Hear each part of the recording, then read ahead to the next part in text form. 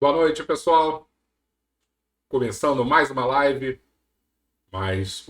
de quartas do nosso querido Centro Espírita Naim Monte de Castro, o nosso celeiro de luz, a casa espírita que nos acolhe, que de alguma forma abraça um pouquinho cada um de nós, e esse abraço permite que caminhemos na direção certa, na direção segura, que é esse caminho que leva até Jesus. Fiquem com ele, fiquemos com ele, e que o nosso estudo hoje, a nossa leitura do livro, possa ser abençoada por esse mestre que nos ama tanto, que quantas vezes a gente desconhece, a gente ignora esse amor. E é muito importante a gente lembrar que Jesus é o amor que encarnou aqui na Terra, o representante direto de Deus, aquele que passou para a humanidade uma nova figura da divindade. Repetindo, passou essa nova figura em forma de amor. Espero que todos estejam muito bem. Vou dar aquela olhadinha para ver quem já chegou aqui e a gente vai dando boa noite para cada um. E assim as pessoas vão chegando, vão aparecendo devagarzinho e iniciamos a leitura do livro. Denise, tudo bom, Denise? Muito boa noite para você. Marisa, como é que você está, Marisa? Muito boa noite para você também. Eliane, boa noite, tudo bom? Patrícia Valente, tudo bom, Patrícia? Super beijo. Socorro, tudo bom, Socorro? Aquele beijo especial para seu Carlos. Espero que ele esteja bem e assistindo aqui a nossa live também. Silvia, tudo bom, Silvia? Como é que você está? Silvia, vou precisar de você hoje, hein, Silvia? Tem diversos detalhezinhos que eu posso me enrolar, já que eu não sou nenhum especialista em história, eu sou um cara de pau que veio para cá para ler esse livro de história com vocês. Mas Silvia sim, Silvia é da área e está sempre me ajudando aí. Jaque, minha cunhada, super beijo. Maria Terezinha, tudo bom? Espero que você esteja muito bem também, Maria Terezinha. Enfim, acho que podemos iniciar. E hoje temos um capítulo, né? Eu gosto sempre de falar sobre o livro um pouquinho, para quem caiu de paraquedas, que nós somos um grupo que já há algumas semanas estamos juntos, mas às vezes alguém chega do nada, né? Tá passeando pelo Facebook e viu que tem uma live, acaba entrando e fala: que livro é esse? O que eles estão fazendo? Então é bom a gente falar rapidamente sobre o livro. O livro chama-se A Caminho da Luz. E a gente a cada semana pega um capítulo para comentar, para conversar um pouquinho. Esse livro foi psicografado por Chico Xavier e ditado pelo Espírito Emmanuel. E o tema geral do livro é a história da humanidade, contada por um espírito, né, com os bastidores do plano espiritual. E a gente consegue perceber nitidamente que a nossa história, a história da humanidade, é guiada por Jesus e os trabalhadores, né, que seguem o caminho do bem, e que Jesus utiliza esses trabalhadores, né, a força de trabalho deles, para ajudar no processo de evolução da humanidade.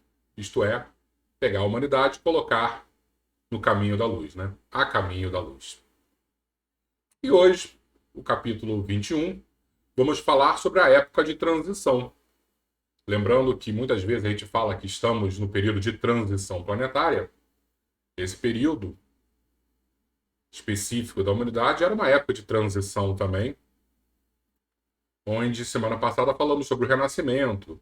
E aí, não apenas o Renascimento que ocorrera na Itália, mas um renascimento geral, renascimento espiritual também, onde você começam a ter novos pensamentos que não confrontam a Igreja Católica, mas que ao mesmo tempo tentam resgatar cada vez mais o cristianismo primitivo que havia se perdido. Tá? Então nós temos diversos nomes que surgem e tentam resgatar um pouquinho desse passado tão nobre que foi o cristianismo nos seus primeiros séculos. E hoje, então, vamos dar continuidade a esse tema. Vamos falar um pouquinho sobre reforma protestante, né? Falar mais um pouquinho também sobre os jesuítas, lembrando que Emmanuel, em uma das encarnações passadas, foi o padre Manuel da Nóbrega, então ele estava por dentro, né, do que ocorria no coração da igreja nesse período. Tá? A gente vai falar um pouquinho. Só que esse capítulo, por se tratar de uma transição ampla, nós temos muito assunto para tratar. Então, como eu faço? Eu gosto sempre de pegar o tema mais central do capítulo, fazer uma explanação e depois a gente começa a ler. Só que hoje não vai dar, porque não existe um tema central. Existem diversos assuntos que estão fervilhando aí na cabeça de Emmanuel. Então eu pensei, eu vou fazer uma introdução bem espírita, bem filosófica, e aí depois a gente começa a ler e vai parando devagarzinho e vai mergulhando ponto a ponto.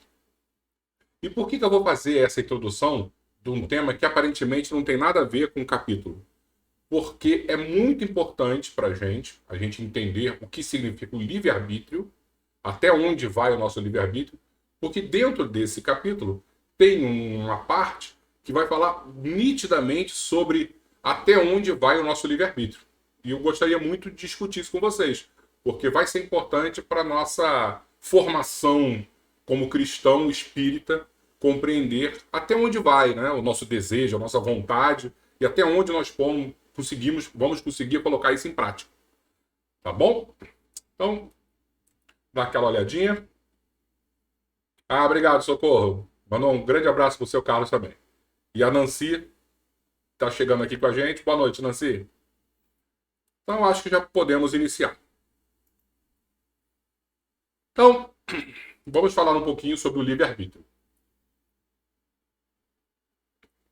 Que na nossa cabeça, o livre-arbítrio, muitas vezes, é irrestrito, né? Tudo que a gente quiser fazer, nós podemos fazer. E aí eu vou voltar bastante no tempo, até para o início do livro, para a gente relembrar quando Emmanuel fala sobre a criação do planeta, das primeiras formas de vidas, né? Dos seres unicelulares que não tinham ainda nem uma membrana, né, nuclear, né, os chamados dos procariotas. Isso tudo são os princípios inteligentes, né, aquela forma mais rudimentar do espírito, já dentro do mundo material, ganhando forma, ganhando aprendizado. Nesse período, por exemplo, não existe nenhum tipo, no princípio inteligente, de livre-arbítrio, de vontade. Ele simplesmente segue a lei da matéria, tá? A lei do mundo físico.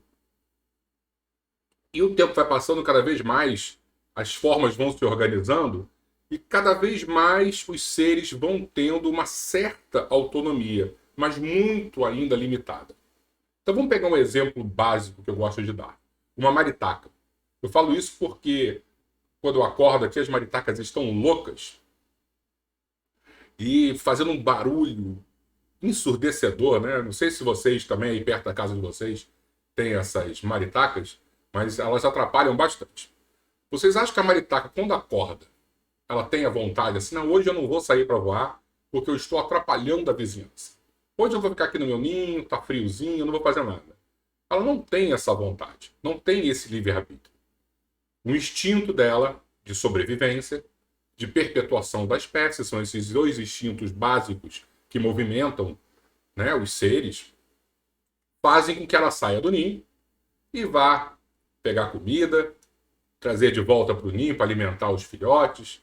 Ela não tem esse poder de escolha. Vou ficar aqui, hoje eu não vou voar, hoje eu... Não, ela vai fazer o que a natureza manda ela fazer. O problema é que cada vez mais que os seres vão evoluindo, e aí vamos chegar já no mamífero, tá? Alguém já muito mais elaborado, um cérebro muito mais elaborado, Em alguns momentos, aí pega um cachorro. Em alguns momentos a gente já começa a perceber que esse cachorrinho tem uma certa liberdade de escolha. Tá cansado, hoje eu não vou nem latir pro vizinho que passou de moto aqui, tá, eu tô muito cansado.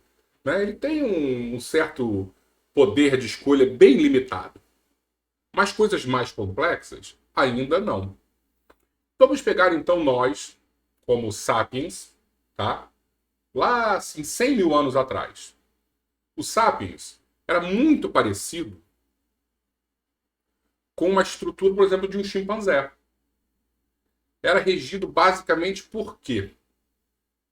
Pelos instintos de perpetuação da espécie e de sobrevivência, assim como o chimpanzé. Então caía um raio, o que o sapiens fazia? Ele saía correndo, com muito medo, porque desconhecia, né, o que era esse efeito, mas sabia que o barulho era assustador, e as mães, quando tinham os seus filhotes, né, os seus bebezinhos, pegavam no colo, porque o instinto de perpetuação da espécie também exige isso.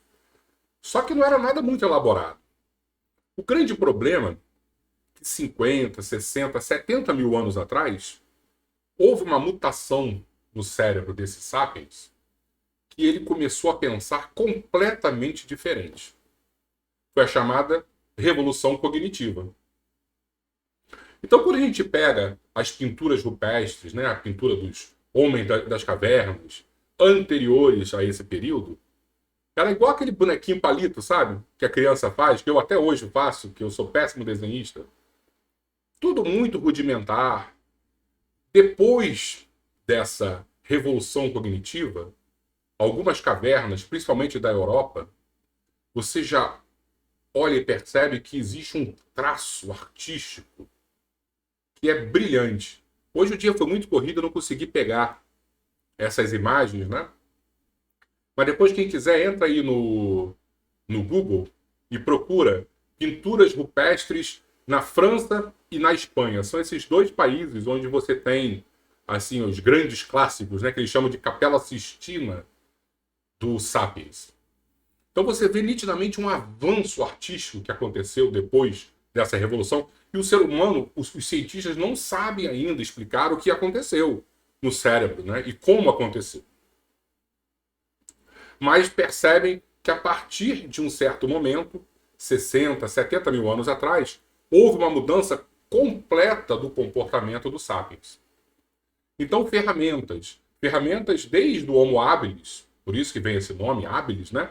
O nosso gênero Homo já sabia, desculpa, já sabia utilizar ferramentas. Mas depois dessa revolução cognitiva, se existiam 10, 15 ferramentas, né? Os paleontólogos, né, arqueólogos descobriam essas ferramentas ao lado dos fósseis dos sapiens. Depois desse período da revolução cognitiva, já não eram mais 10, 15, já eram 100 tipos de ferramentas diferentes, cada uma para uma utilidade específica. Quase um alemão fazendo ferramentas. Então, alguma coisa aconteceu muito séria. E o que os estudiosos nos dizem? Que antes disso, existia já uma forma de pensar, mas ao mesmo tempo muito objetiva. E após essa revolução, essa mutação, que foi estritamente no corpo físico, o Sapiens começou a pensar de maneira subjetiva. Então, se antes ele ouvia o trovão e achava que simplesmente era um risco, agora o trovão para ele podia significar uma divindade irritada. Então ele já começou a criar histórias, criar mitos. Então a gente percebe que nesse período dessa revolução cognitiva, a espécie humana, o Homo sapiens sapiens, começou a ter o livre-arbítrio, a elaborar de maneira muito mais profunda as histórias, o pensamento, as escolhas. Claro que não é de um dia para o outro, mas ao mesmo tempo você tem um período de revolução e que Emmanuel explica razoavelmente para a gente no livro A Caminho da Luz.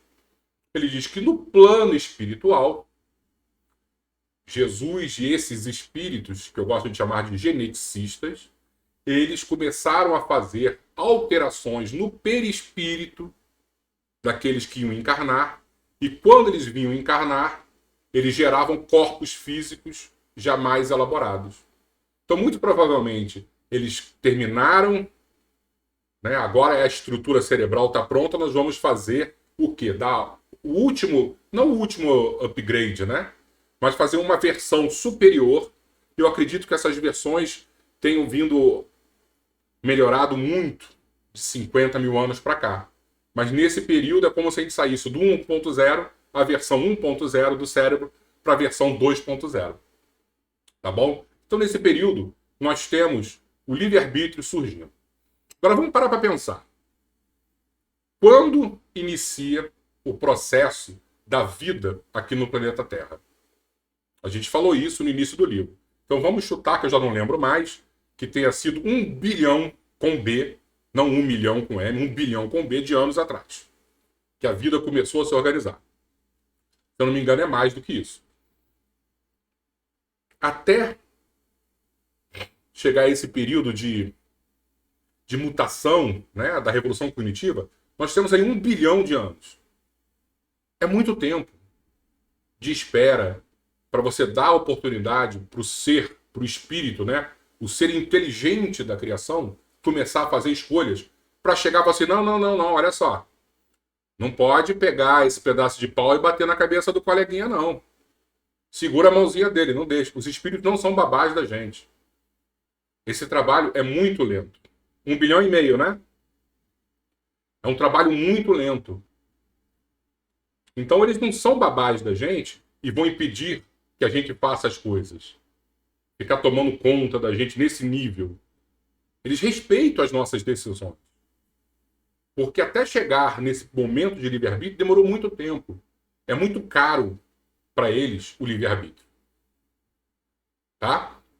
Então, quando a gente pensa em livre-arbítrio, a gente está sempre pensando, e aí muitas vezes de maneira equivocada também, que nós podemos fazer tudo. Por quê? Porque como é muito caro, é muito precioso para os espíritos o livre-arbítrio, nós temos liberdade total. E a gente vai ver hoje que não é bem assim. Que existe um livre-arbítrio que é relativo, mas um que é absoluto. Nós não temos o livre-arbítrio absoluto. Nós temos o relativo. Perfeito? Desculpa a gente ficar nessa introdução, mas eu acho que vai ser muito importante para a gente sair hoje bem claro com esse pensamento.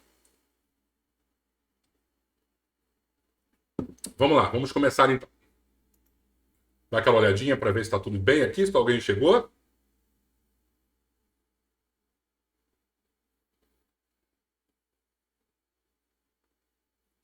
Albertinho chegou e a Lúcia e a Regina também. Muito boa noite para vocês. Então vamos lá. Época de transição. As lutas da reforma. A gente falou que em algum momento, durante um certo tempo nós vamos resgatar o estudo da semana passada, né? Que foi a reforma protestante também dentro do Renascimento. Debalde, isto é, sem sucesso. A dieta de Worms. Vamos ver aqui embaixo o que é a dieta de Worms, já para a gente entender. A dieta de Worms aconteceu na Alemanha em 1521. Bom, que a gente já se situa onde nós estamos. Nós estamos em 1521. Foi uma reunião de líderes políticos e religiosos que, ao final, exigia que o rebelado Martinho Lutero renunciasse suas críticas, as suas 95 teses contra a Igreja. Porém, ele as ratificou, ele manteve elas e rompeu definitivamente com o clero. Tá bom? Condenaram Lutero como herege, levando-o a refugiar-se em Wartburgo, porque as suas ideias libertárias acenderam uma nova luz, propagando-se com a rapidez de um incêndio. Então, provavelmente, naquele momento, a população, as pessoas já estavam muito intoxicadas com o que estava acontecendo com a Igreja Católica, e quando Martinho Lutero surge com ideias novas, né, traduzindo para o alemão a Bíblia. E aí nós falamos semana passada de uma das grandes invenções, que foi a Xerox daquela época, né? Claro que não era Xerox, mas de repente a prensa surge e todo mundo começa a poder também ter a sua edição, né, a sua réplica da Bíblia, as pessoas liam no próprio idioma, não era mais em latim, e viam que muitas das coisas que ouviam dos padres, as explicações não batiam com o que eles estavam lendo ali. Então essas ideias se propagaram, como diz Emmanuel, com a rapidez de um incêndio. A igreja começou a sofrer os golpes mais fortes e mais dolorosos, porque alguns príncipes ambiciosos se aproveitaram do movimento das massas, confiscando-lhes bens preciosos. Então, o Estado, né, ele chama aqui de príncipes, eles olhavam para a igreja, que tinha muitas terras, e falavam assim, ó, esses caras da igreja têm muito poder. Agora que a população está se rebelando, vamos pegar aí pedaços de terras para enfraquecer a igreja.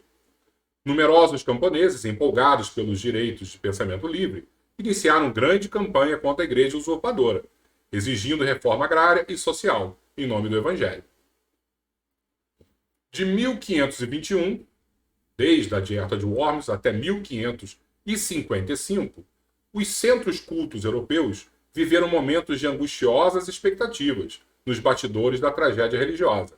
Mas depois da Concordata de Augsburgo, instituiu-se um regime da mais larga tolerância recíproca. Essa concordata foi quando os príncipes, por exemplo, né, cada líder de uma região específica, se convertesse ao protestantismo, a população ia junto. Se ele continuasse católico, a população continuava católica. Isso deu uma certa estabilidade. Tá? Então é como se quem manda agora é o líder. O direito do exame livre, porém, dividiu a reforma em vários departamentos religiosos, de acordo com a orientação pessoal de seus pregadores, ou das conveniências políticas no meio em que viviam. Na Alemanha, era o protestantismo, com os partidários dos princípios de Martinho Lutero. Na Suíça e na França, era o calvinismo. João Calvino era um suíço, então na Suíça continuou o calvinismo e depois foi para a França. Tá? E na Escócia, a igreja presbiteriana. Na Inglaterra, a questão veio a tornar-se mais grave. Henrique VIII, defensor extremado da fé católica, a princípio, por conveniência de caprichos pessoais, tornou-se o chefe do poder político, assumindo a direção da igreja anglicana. Então a gente deve lembrar, né, que Henrique VIII, o rei da Inglaterra, ele queria se casar novamente. E como a igreja católica não permitia, ele acabou criando uma nova religião dentro dessa onda de protestantismo, e essa nova religião permitia o divórcio. E ele acabou se casando várias vezes depois disso. Na França, os huguenotes se encontravam muito bem organizados, mas surgem as complicações de natureza política e o gênio despótico de Catarina de Médici ordena a matança de São Bartolomeu. A gente falou um pouquinho dessa noite trágica, né, a noite de São Bartolomeu, né, e agora temos os dados mais específicos aqui, no intuito de eliminar o almirante Coligny. O movimento sinistro, que durou 48 horas, apenas 48 horas, começou em 24 de agosto de 1572, sofrendo a reforma dos seus mais amargos reveses. Somente em Paris e subúrbios foram eliminados 3.000 pessoas. Dizem que no Rio Sena eram 1.000 corpos no Rio Sena. Os mensageiros do Cristo deploram tão dolorosos acontecimentos, trabalhando por despertar a consciência geral, arrancando-a daquela alucinação de morticínio e sangue. Mas precisamos considerar que cada homem, como cada coletividade, pode cumprir seus deveres ou agravar suas responsabilidades próprias, na esfera de sua liberdade relativa. Então ele já começa a falar aqui, liberdade relativa. Dentro da nossa liberdade, de alguma forma, nós temos, né, um alcance para fazer as nossas besteiras.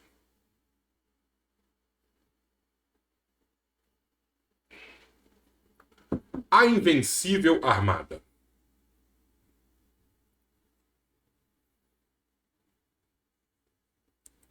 Vamos lá. Agora começa já uma parte que é bem específica para a nossa introdução, tá? Sobre o nosso livre-arbítrio. As lutas na Europa, em todo o século XVI, longe de colimar um fim, dilatavam-se em guerras tenebrosas, mergulhando os povos do Velho Mundo, isto é, na Europa, num terrível círculo vicioso de reencarnações e resgates dolorosos. Então, aquelas confusões todas que aconteciam na Europa, passavam os anos, a população voltava, reencarnava ali com os débitos, e débitos, assim, uns karmas muito pesados, e cada vez mais violência acontecia, né? E essa violência toda acabava sendo permitida por quê? Porque aqueles que estavam encarnando, eles traziam no seu planejamento kármico também um passado tenebroso. Então era como se, ó, todo mundo que está nesse bolo aqui está de alguma forma aberto para esses resgates dolorosos. Como se não bastassem as guerras religiosas que trabalhavam o organismo europeu desde muitos anos, surge a figura de um príncipe fanático e cruel na poderosa Espanha de então, complicando a existência política das coletividades europeias. As lutas de Filipe II, sucessor de Carlos V, prendiam-se de algum modo aos problemas da reforma protestante. Mas, acima de tudo, colocava ele a sua ambição e o seu despotismo. Animado com as vitórias sobre os turcos e os muçulmanos, procurou reprimir a liberdade política dos Países Baixos, encontrando a mais heróica resistência. Suas atividades maléficas, mascaradas com a defesa do catolicismo, espalhavam-se por toda parte, obrigando o plano espiritual a coibir-lhe os imensuráveis abusos do poder. Olha isso. Obrigando o plano espiritual a coibir-lhe os imensuráveis abusos do poder. A gente já viu na história da humanidade diversos líderes abusando absurdamente do poder, e o plano espiritual chega a falar, olha, faz parte. Né?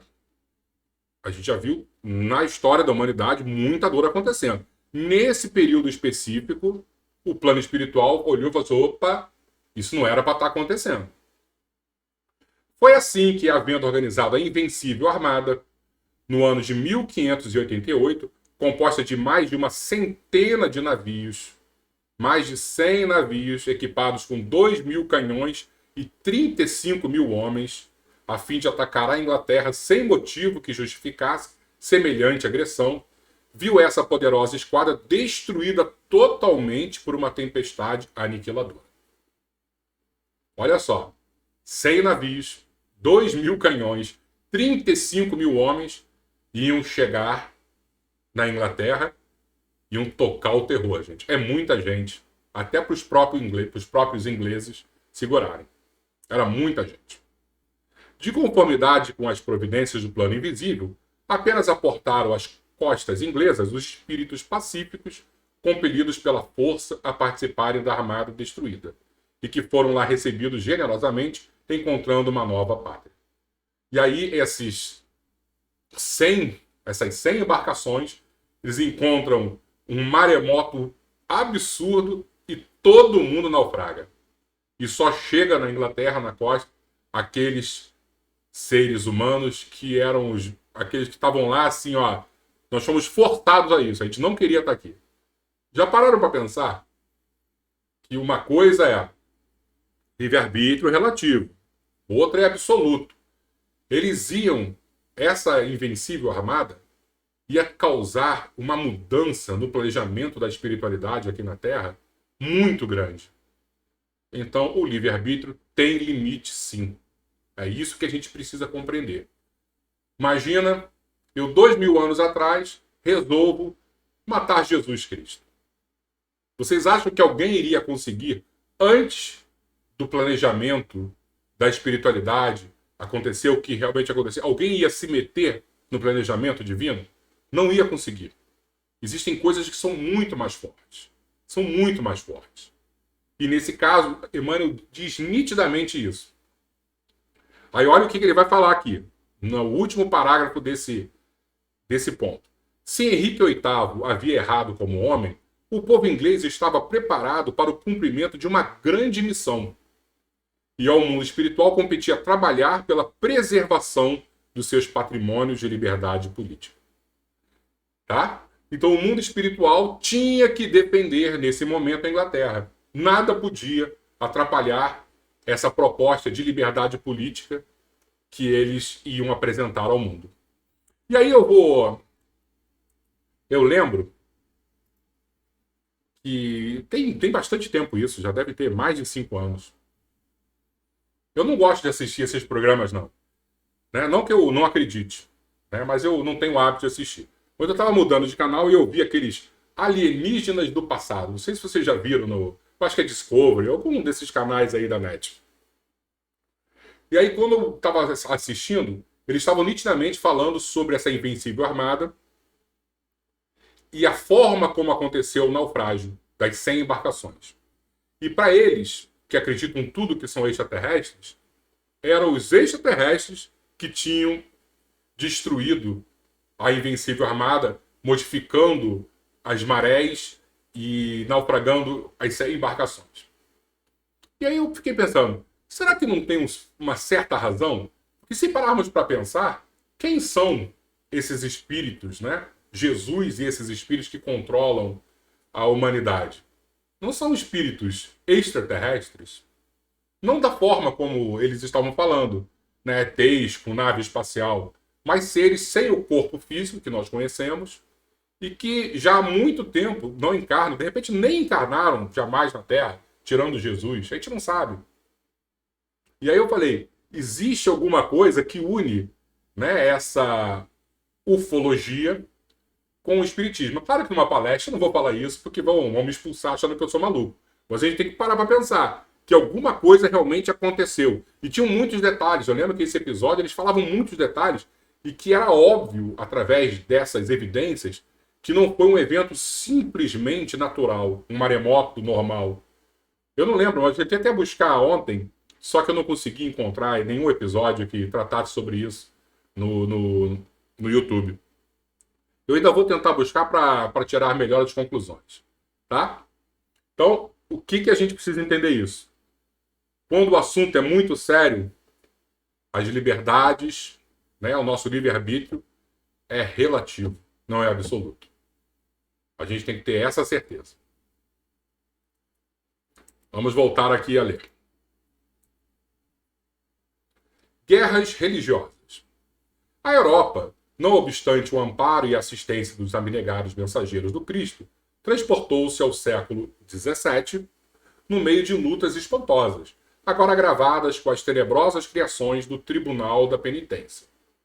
Pelo que eu estava lendo, o Tribunal da Penitência era um tribunal onde eles definiam quais eram, né, os pecados da pessoa, né, quais eram os perdões que ela ia receber.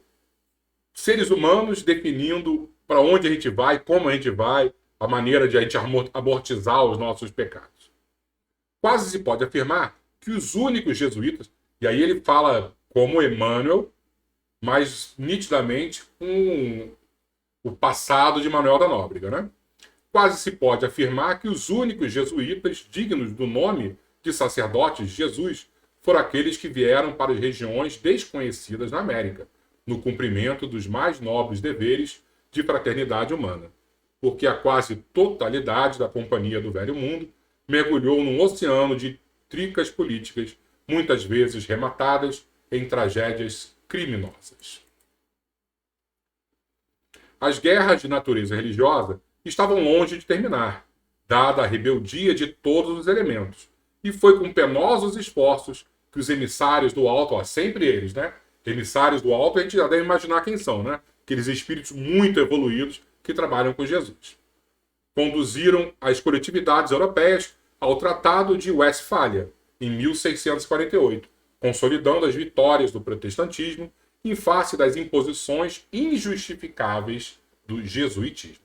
E esse Tratado de Westfália, pelo que eu estava lendo, eram acordos em que cada líder de cada religião poderia ter a sua própria, de cada região, poderia ter a sua própria religião e era respeitado. E aí surge esse pensamento da soberania nacional. Ninguém tem que se meter, nenhum país, né, nenhum estado pode se meter na decisão de outro estado. E surgem também aí os primeiros passos da... Ele vai falar aqui. Daqui a pouco eu vou ler, eu vou encontrar a palavra certa. A França e a Inglaterra. A esse tempo, a França já se encontrava preparada para o cumprimento da sua grande missão junto dos povos. E sob a influência do plano invisível, criavam-se os serviços benéficos da diplomacia. Era essa palavra, desculpa que eu tinha esquecido. Então, nesse momento, começa a surgir a diplomacia. Nos bastidores da sua política administrativa, firmavam-se os princípios do absolutismo no trono, mas a sua grande alma coletiva, cheia de sentimento e generosidade, já vislumbrava o precioso esforço que lhe competia no porvir. Ao seu lado, a Grã-Bretanha caminhava a passos largos para as maiores nobres conquistas humanas. Então, quando ele fala de absolutismo, a gente já disse aqui, que eram os reis absolutos e que eles sozinhos tomavam as decisões por todos. O exemplo clássico é Luís XIV, da França, onde ele dizia que o Estado sou eu, né? É chamado do Rei Sol. Então, se Henrique XIV foi ótimo, a França estava maravilhosa. Mas se Luís XIV, mas se Luís XVI foi ruim, tivemos cabeças cortadas. Então, botar poder na mão de uma pessoa só, seja Luís XIII, Luís XIV, Luís XV, Luís XVI, é muito perigoso. Tá? Então, ele está falando do absolutismo, que era isso, mas, ao mesmo tempo, nós já temos na Inglaterra um pensamento que é contrário ao absolutismo. Tá? Extinta em 1603, a dinastia dos Tudores, eleva-se ao trono o rei da Escócia, Jaime I, desejando reviver os princípios absolutistas. Lembrando que antes de 1603, a Inglaterra já tinha sua Carta Magna, onde você já tem um parlamento e uma divisão de poderes razoável, tá? Mas Jaime I, ele acaba sendo coroado e quer reviver os princípios absolutistas. O descendente dos Stuarts inaugurou um período de nefastas perseguições, o qual foi intensificado por seu filho Carlos I, cujas disposições políticas se constituíam das mais avançadas tendências para a tirania. Rompendo com o parlamento e dissolvendo vezes consecutivas, o parlamento dividia o poder de uma certa maneira, tá, com o rei. Então, o parlamento acabou sendo dissolvido várias vezes. Viu o povo da capital inglesa de armas na mão em defesa dos seus representantes, ensejando uma guerra civil que durou vários anos e só terminada com a ação de Cromwell, que, de acordo com o parlamento, estabelece a república da qual se torna o Lorde Protetor. Cromwell era um espírito valoroso, mas embriagado com o vinho sinistro do despotismo, foi também um ditador vingativo, fanático e cruel. Depois de sua morte, em face da incapacidade política do filho, verifica-se a restauração do trono com os Stuarts. O governo destes teria, porém, pouca duração, porque os ingleses, desgostosos com a administração de Jaime II e no seu tradicional amor à liberdade, chamam Guilherme de Orange ao poder. O parlamento redige a famosa Declaração de Direitos, definindo a emancipação do povo e limitando os poderes reais, elevando-se ao trono Guilherme III com a Revolução de 1688, a conhecida Revolução Gloriosa, que acontece 101 anos antes da Revolução Francesa, e que deveria ter sido modelo para a Revolução Francesa. A gente vai ver mais na frente. Tá? A Inglaterra havia cumprido um dos seus mais nobres deveres, consolidando as fórmulas do parlamentarismo, porque assim todas as classes eram chamadas à cooperação e fiscalização dos governos. Então, você vê nitidamente que, segundo Emmanuel, essa escolha inglesa, né, a liberdade política, no caso, a divisão dos poderes, depois, mais para frente, a gente vai ver que Montesquieu, na França, divide de maneira formal esses poderes, os freios e contrapesos, tá? Mas isso tudo começa em 1688, com os pensadores liberais ingleses, iniciados, por exemplo, por John Locke, tá? Um dos que a gente sempre fala aqui, dos contratualistas. Perfeito? Refúgio da América. Vamos ver se está tudo direitinho aqui. Oi, Doniane. Tá desculpado o atraso, tá? Alberto Orsini apareceu também, boa noite. A Márcia Regina, boa noite. Lúcia Regina, boa noite. Refúgio da América. Considerando o movimento das responsabilidades gerais e isoladas, o plano invisível, sob orientação de Jesus, conduzia para a América todos os espíritos sinceros e trabalhadores que não necessitassem de reencarnações ao mundo europeu, onde indivíduos e coletividades se prendiam cada vez mais na cadeia das existências e provações expiatórias. Então o pessoal que vinha aqui para a América já era uma turma mais light, que não precisava daquelas encarnações tão kármicas, com tanta dor, com tanto sofrimento. E depois a gente vai ver com histórias de Chico Xavier, né? Com necessidades de fins tão trágicos. Porque Chico sempre falou assim das mortes trágicas que aconteciam. Não, porque durante 1000 anos, na Idade Média, a humanidade errou muito.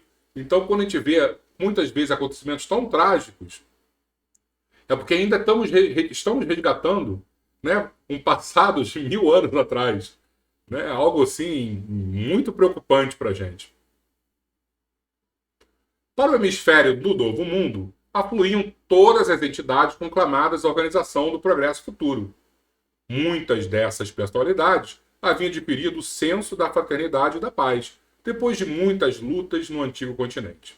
Exaustas de procurar a felicidade nos limites estreitos dos sentimentos exclusivistas, sentiam no íntimo as generosas explorações de reformas edificantes, compreendendo a verdadeira solidariedade na comunidade universal. Foi por essa razão que, desde os seus primórdios, as organizações políticas do continente americano se tornaram baluartes de paz e de fraternidade para o orbe inteiro. É que a permanência no seu solo e nas luzes ocultas do seu clima social era considerada por todos os espíritos como uma bênção de Deus em face das sucessivas inquietações europeias. Agora vamos para a França. Os enciclopedistas, né? E em termo mais amplo, os iluministas. No século XVIII, iniciou-se entre lutas igualmente renovadoras, mais elevados espíritos da filosofia e da ciência, reencarnados particularmente na França, iam combater os erros da sociedade e da política, fazendo sossobrar os princípios do direito divino, em nome do qual se cometiam todas as barbaridades. Lembrando que existia um pensamento onde os reis tinham o direito divino. Então eles não estavam lá por acaso. Né? Se eu não me engano, era Bossuet que dizia que o rei tinha esse direito divino. Ele tinha sido escolhido. Ele não era o Deus encarnado, não era um sistema teocrático. Mas Deus dava para ele um direito e ele podia fazer o que quisesse. Vamos encontrar nessa pleiade de reformadores os vultos veneráveis de Voltaire. Voltaire tem aquela frase maravilhosa, né? Eu posso discordar de tudo que você diz, mas eu vou defender com a minha vida o direito de você se expressar. E que hoje nós estamos jogando isso fora, né? E se eu discordo 10% do que você fala, o que eu vou? Eu vou lá no chefe do cara, demite ele. Eu junto um grupo de amigos e a gente faz o cancelamento. A população hoje em dia não aceita mais nenhum tipo de ideia contrária. Voltaire, coitado, deve estar se revirando no túmulo. Montesquieu, a gente falou de Montesquieu, onde ele cria o judiciário, o executivo, né, o legislativo, os freios e contrapesos, justamente para haver um equilíbrio, cada um controlar o outro. Rousseau, que é um outro contratualista, que a gente já falou algumas vezes aqui, D'Alembert, Diderot, que eram os enciclopedistas. Quesnay, se não me engano, Quesnay era um economista, era médico e economista. E ele criou muitas teorias econômicas interessantes nessa época, e também era um enciclopedista. Suas lições generosas repercutem na América do Norte, como em todo o mundo, entre cintilações do sentimento e do gênio. Foram eles os instrumentos ativos do mundo espiritual para a regeneração das coletividades terrestres. Historiadores há que, numa característica mania de sensacionalismo, não se pejam de vir a público asseverar que esses espíritos estudiosos e sábios se encontravam a soldo, né, recebiam dinheiro da Catarina II da Rússia. Fake news. Desde aquela época já tinham fake news, hein? E dos príncipes da Prússia, contra a integridade da França. mas semelhantes afirmativas representam injúrias caluniosas que apenas afetam os que proferem. Porque foi dos sacrifícios desses corações generosos que se fez a fagulha divina do pensamento e da liberdade, substância de todas as conquistas sociais de que se orgulham os povos modernos. Independência americana. Independência americana por quê? Porque esse pensamento, né, ilustrado, né, dos iluministas foi tudo parar na América. E aí surge, de maneira bem pura, bem próxima do ideal francês, a independência americana. Acabamos nós aqui no Brasil também tendo influência disso. Na nossa Inconfidência Mineira também teve uma influência. Não exatamente como foi a americana, mas também houve influência.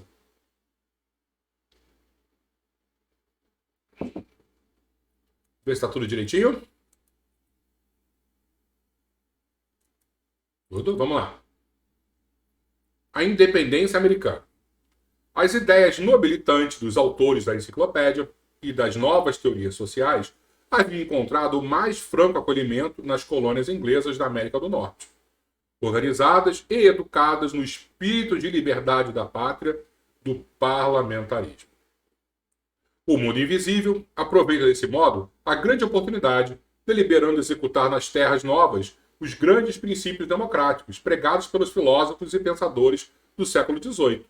Enquanto a Inglaterra desrespeita para com as suas colônias o grande princípio por ela própria afirmado de que ninguém deve pagar contribuições sem ter votado, os americanos resolvem proclamar a sua independência política. Depois de alguns incidentes, né, com a metrópole, aquela história toda que aconteceu, celebram a sua emancipação em 4 de julho de 1776, organizando-se posteriormente a Constituição de Filadélfia, modelo dos Códigos Democráticos do Porvir. E semana que vem, a Revolução Francesa.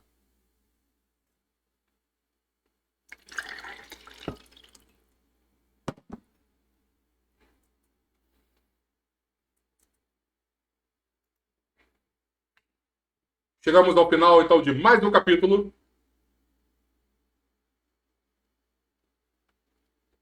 Espero que vocês tenham gostado. Esse capítulo para mim é muito importante, né, porque eu sou um grande admirador do liberalismo, somente o liberalismo clássico, tá? Que surge lá com John Locke, com John Locke. Né? Isso é minha opinião, tá? Ninguém tem que seguir nenhum tipo de pensamento.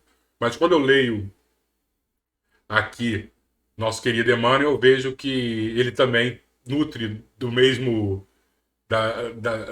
gosto. Tá? Eu não vou dizer bom gosto, mas do mesmo gosto. Então, chegamos ao final de mais um capítulo. Espero que vocês tenham gostado. Semana que vem temos a Revolução Francesa.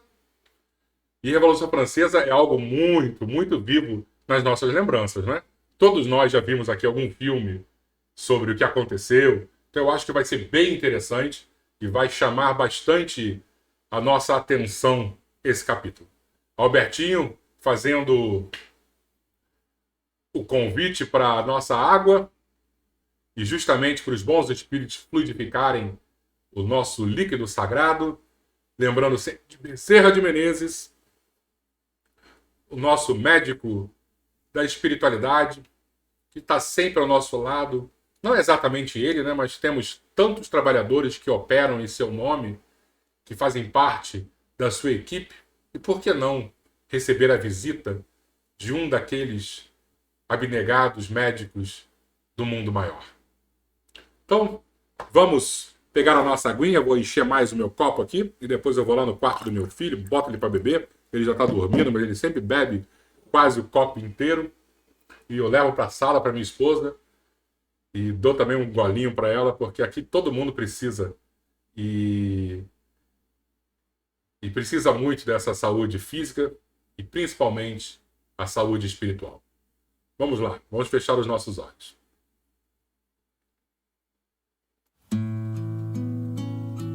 Vamos fechar os nossos olhos, como eu estava dizendo. Vamos lembrar de Jesus. E quando pensamos em Jesus, imaginamos ele nunca sozinho.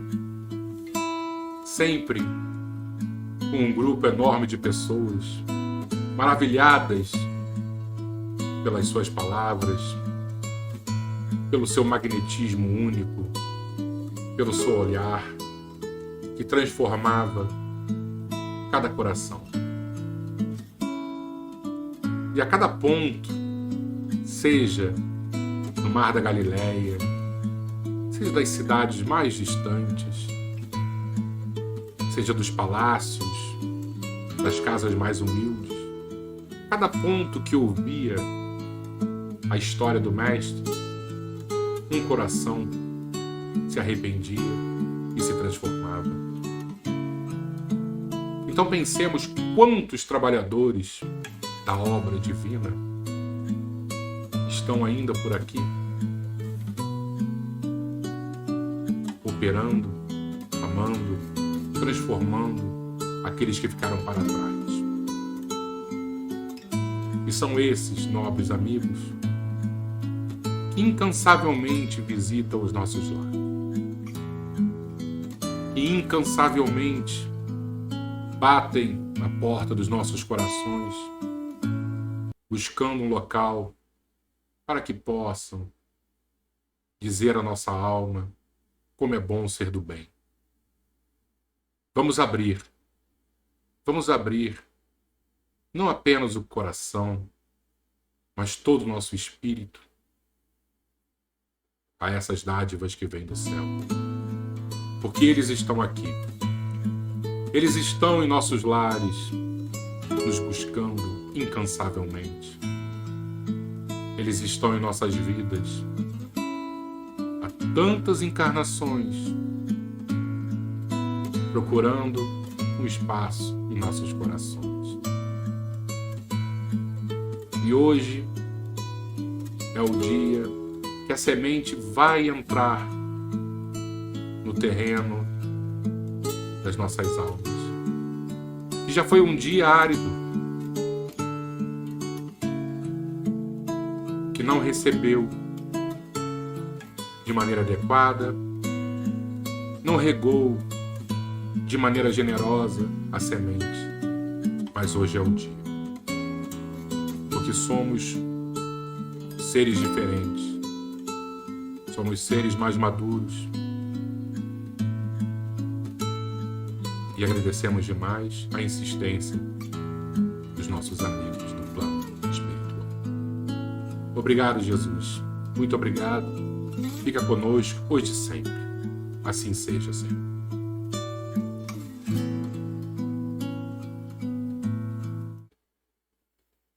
Muito obrigado, pessoal. Mais uma noite aqui, numa quarta-feira, onde termina e eu me sinto assim muito revigorado, muito feliz de fazer parte desse projeto com todos vocês. Cada noite que eu vejo um boa noite de cada um de vocês é uma alegria enorme para mim. Não estou falando de boca para fora, realmente é. É muito bom. Fiquem bem, fiquem com Jesus. E se Deus quiser, semana que vem estaremos juntos novamente nesse projeto que me faz muito, muito feliz. Boa noite, pessoal. Muito boa noite.